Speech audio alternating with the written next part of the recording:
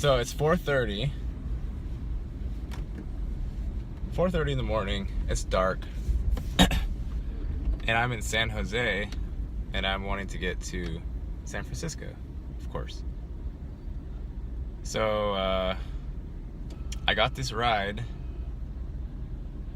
Uber has a new feature now, which if it's a long ride, then it will say up front, long ride, 45 plus minutes.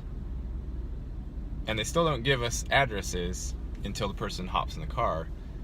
But now for long rides, if it's over half an hour or 45 minutes, then they'll let us know. So I saw that and I thought, oh, hey, that's good. 2x, if it's going to San Francisco, that'll be like a $100 trip. So that's great. Great way to start the day. So I went to pick this person up, and he was outside some bar or some sort of establishment, and I could tell something was a bit off in how he walked up. So he comes up, he hops in, and I say, hello, how are you, good morning, all this stuff. And I could just tell he was in the dumps for some reason. He's like, oh, I'm not doing so well. So I asked him what was going on, and he said, my brother and I just got in a fight. And I said, oh man, was alcohol involved? And he's like, yeah. And so I said, I can relate. My brother and I have done the same thing many times, and I've done it many times with other people, and I understand, what happens there. So I can commiserate with you. So he told me what was going on. He said his brother and him and his brother's fiance were going to this Sharks game. I guess it's hockey. I think it's hockey. And the game let out, and they went out for drinks. And his brother, who was younger than him, and they're both in their 30s. I think they're both older than me. This guy's like 35 or something. His brother's maybe 30. Maybe his brother's my age. I don't know. Probably similar.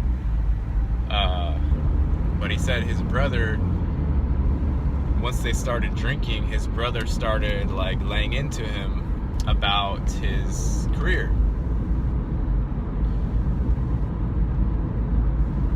And so, he said, I've got my degree, I've got my college degree in criminal justice, and I wanted to essentially, be a cop or a sheriff or a CHP guy. And I did all those things, I was applying to all these places around here, with the exception of Oakland and one other city that he didn't want to get into because of the city's reputation and the lack of benefits and whatnot. So he said he applied to a bunch of places, and he got far in some of the interview processes, but he never actually got any of those jobs.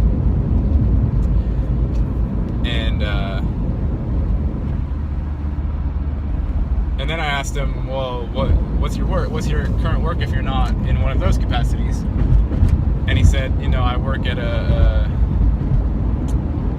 like the parole office, and I do paperwork and bookkeeping and things like that. Kind of, just paperwork, ledgers, records, all this. And so I was like, he's in his field. He's in the field. He's in the criminal justice field. He's just in a different capacity than he may have thought he was going to be, or something. And so I was like, well, do you enjoy that? Are you happy there? And he said, yeah, I'm not making a ton of money. I'm making like $30 an hour, but the pay is good, and my needs are taken care of, and I'm satisfied there. He said he's happy. And then he said, well, my brother, he's a nurse, and he's making, whoa. This guy just lost a hubcap, and I missed it. So he's like, well, my brother makes $80 an hour, and he's paying off his house already, and this and that, you know. And so I started to get this picture of what exactly was going on. And he said that his brother was essentially getting upset that he wasn't reaching his full potential, or he wasn't putting enough effort in to reach his full potential in that particular career. His brother was mad that he wasn't actively pursuing, you know, police officer, sheriff, chipper, whatever. And his brother started arguing with him, with alcohol involved, of course. And it started getting violent. He said like it came outside of the bar, and his brother actually like wrestled him, like pushed him onto the ground, like started, you know, being a classic meathead, I guess. And yeah, he said his brother was getting physical with him. And so he said at that point, I told him, like, you know, I don't want to hang out with you anymore. I'm done for the night. I want to just give me my space, and I'll find another ride home. And his brother got even more upset at that. And he said his brother tried to pick him up because they had called apparently friends or whatever to come pick them up because they didn't have a car there. So the friends came and picked him up, and this guy was like, "No, I don't want to be around you right now. I need my space." And he said his brother literally like tried to pick him up and put him in the car.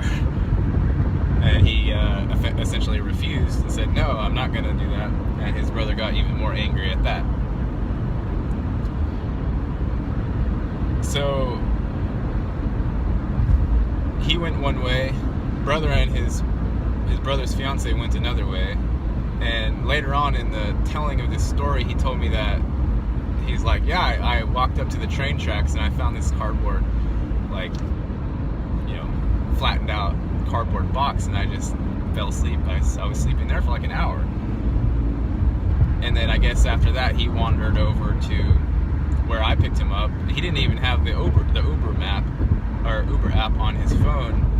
He basically, you know, went to the app store, downloaded it, and I was like the first Uber he ever ordered. He'd been in an Uber before, but he'd never ordered it.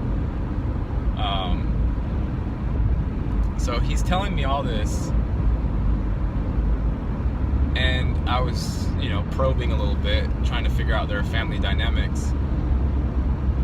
And I was confused as to why his brother was... I can understand a sibling wishing success, like wanting to see their siblings do well. I completely understand that. But I don't really understand, like, getting mad if a sibling is not, you know, living up to your expectation of them, and, you know, being physical because of that. Like, that, to me, that's pretty ridiculous. So I told him, I was like, look, because I could tell he was... he was like shy. He was passive. He was a people pleaser. You know, he doesn't like altercations. All this, I got all that pretty quickly. And even during the telling of the story, he was like, you know, they don't have a car. I hope they're all right. I hope I didn't, you know, cause something between him and his fiance because they don't have a car. And he was also worried because he never like stood up to his brother. So he says, I hope, you know, it's going to be all right. I hope we're going to be able to work this out. So I was getting this picture of this guy has been basically acting as doormat for his brother, and just you know, being as passive as possible, and also internalizing all the blame for the situation and putting it all on his shoulders because he's the oldest. So he's taking all that responsibility. And whatever things his brother is going through, he's taking that blame for himself. And so I told him, I was like, you can't do that. You can't. That's unhealthy. And really, what this situation is doing for you is it's letting you know that there's an issue. There's an underlying issue there that wants to be worked out, because that's what always comes out when you drink, is your underlying sort of your skeletons or your dust bunnies, you know, hiding under the couch. They come out. So I told him, you know, this is actually an opportunity for you to hash it out with your brother, to talk with him, to ask him, you know, like, why do you have these expectations on me? I'm okay with where I'm at, and if I want to pursue, you know, being a sheriff or whatever again, then that has to be my choice. You can't force me to do that, essentially. And you're creating unreasonable expectations for me, and especially you're my brother, you're not my father or mother, and plus I'm a fucking 35-year-old. So I was trying to tell him that.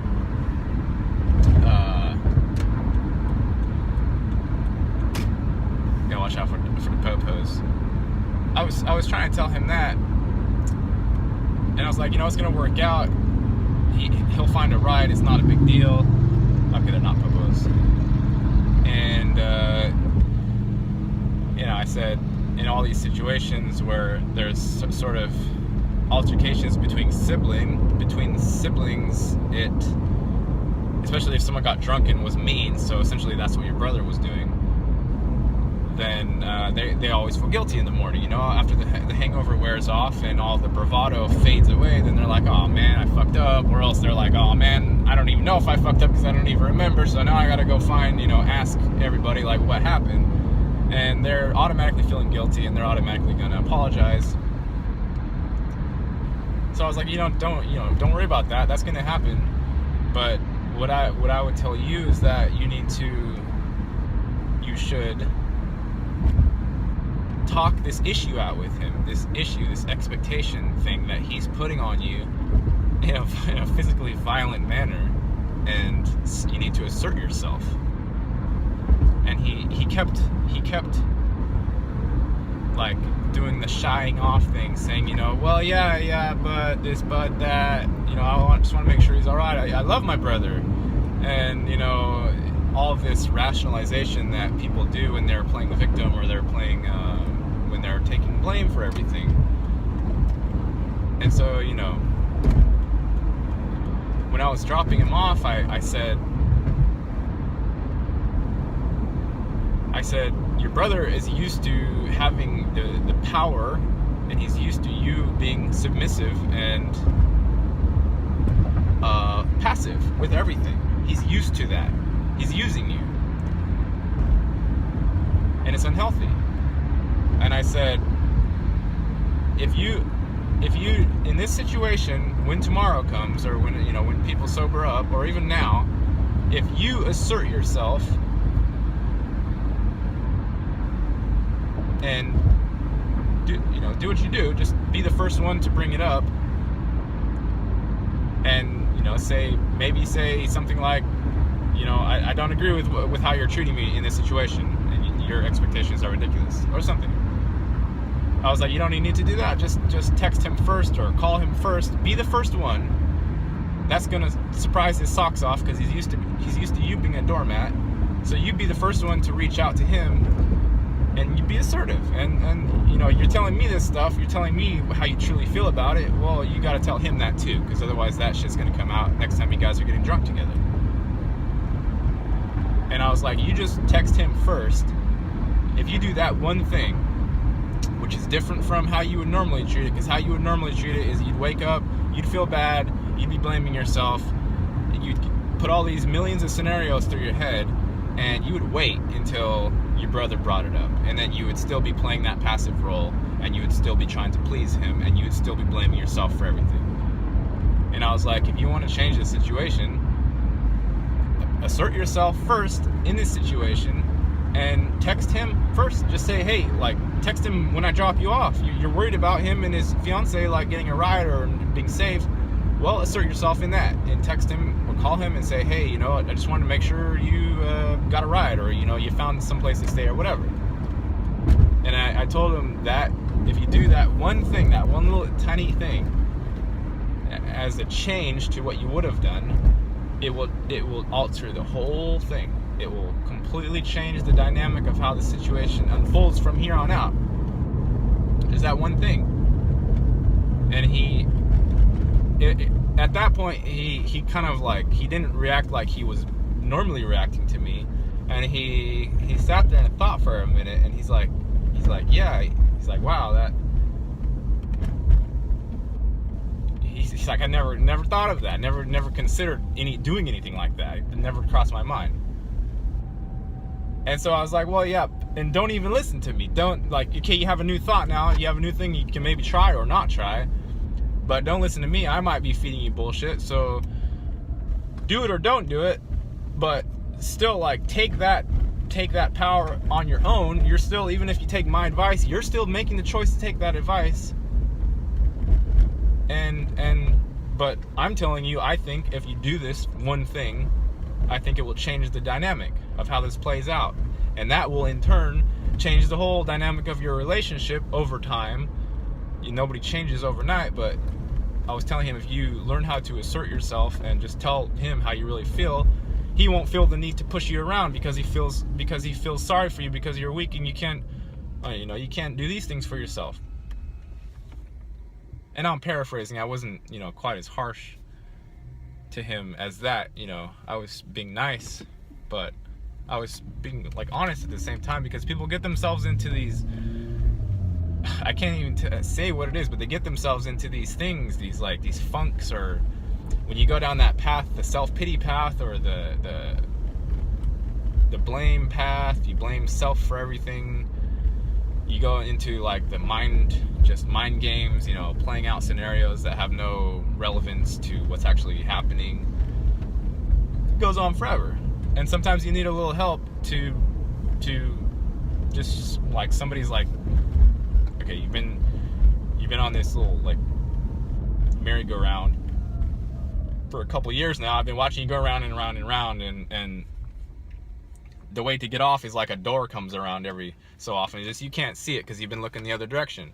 It's right there. Just hop off, and you still have the choice at that point to take the advice or not, but now you see something that you didn't see before. And also, like, we picked up somebody else, and I was like, oh man, this guy's gonna hop in and he's gonna need psychology work as well. I didn't, I just had a premonition that something like that was gonna happen. And then this dude hops in, and he, like, started talking before I even said anything. He was like he was chomping at the bit to, like, unload some stuff, and he talked a little bit about some stuff he was having with his friends, and how, they're not like him and they can't understand him, and this and that. And so, we brought him in and, made him feel welcome, let him spill his feelings, his guts and whatnot. And that was a short ride. It was only like 5 minutes, but at the end he's like, oh, I don't want to get out, I don't want to leave. And at that point I was like, oh, like, it's sweet and all, but I gotta get this dude to his place. I didn't say that, so we kind of, like, sat there for a minute, and me and this other guy stopped talking because we were kind of, like, waiting for this dude to hop out. But he eventually did, and he's like, thank you and this and that. But it was an interesting experience at 4:30 in the morning. I think